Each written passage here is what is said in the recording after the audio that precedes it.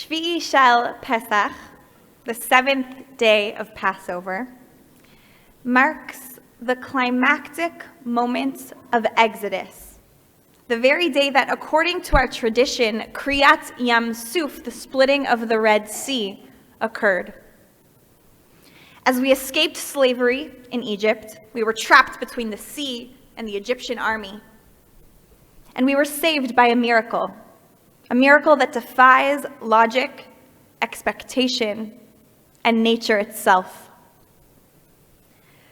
Like the other events recounted in our Haggadah Shel Pesach, this biblical moment emphasizes God's power, redeeming us with an outstretched arm and with wonders, with might. But our rabbis imagine that perhaps more than just divine strength was at play in this story.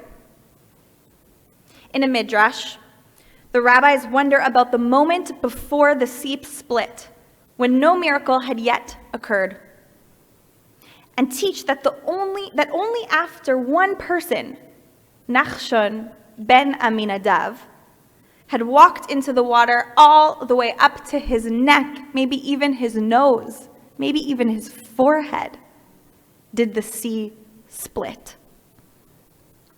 For the rabbis, redemption, our freedom, is not passive.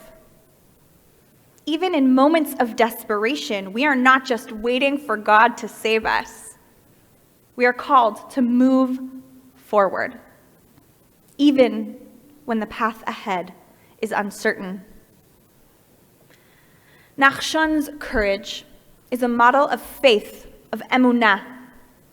He didn't walk into the sea because he knew for certain that it would split for him. He walked in because doing nothing, standing still, was not an option. Because he trusted that somewhere, somehow, liberation would come. For the rabbis, miracles don't just happen. Miracles follow human initiative. The sea doesn't split before we act, before we move, before we go in. It splits because we act, because we move, because we go in. As the saying goes, pray like it all depends on God. Work like it all depends on you. Nachshon didn't just pray for a miracle, he became the catalyst for one. Dr. Tal Becker, the vice president of the Shalom Hartman Institute, reminds us that like Nachshon, the rest of Bnei Israel also took an active role in their own liberation. He shares Ramban's powerful interpretation that the Israelites did not wait to sing Shirat Hayam, the song we all just sung together as we rose and read from our Torah. They didn't wait to sing the song of the sea until they were safely on the other side, away from danger, away from harm. They sang while they were in the midst of the sea, while danger still surrounded them, before it was clear that they would get to the other side. They sung. The song of the sea, says Becker, the same song that we sing each morning, again, that same song we just sung in our Torah reading this morning, was not one of celebration, of triumph, of achievement. It was one of faith, of commitment, a declaration that even in uncertainty, even with fear in their hearts, Bnei Israel would affirm the hope and purpose of their lives with their voices, with their song.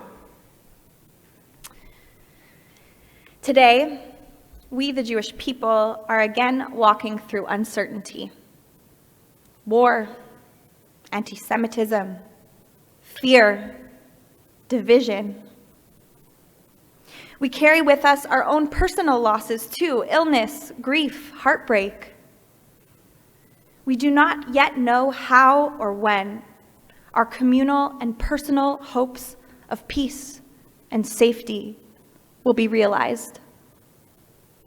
And yet, like our ancestors before us, like Bnei Israel and Nachshon ben Aminadav, we sat down at our Seder tables and we sang together last week. We sang Hallel this morning. We are called to sing even when it feels hard, even when it feels unnatural. Someone in this very kehillah, in this very community, told me, Rabbi Lara, last week before the Seders, how am I going to sing? I have all of this going on in my family, in my personal life, in the world. How can I sing? That's the only choice we have, is to sing. Not because the world is healed, but because we are committed to healing it. Not because we are safe, but because we are steadfast. We sing.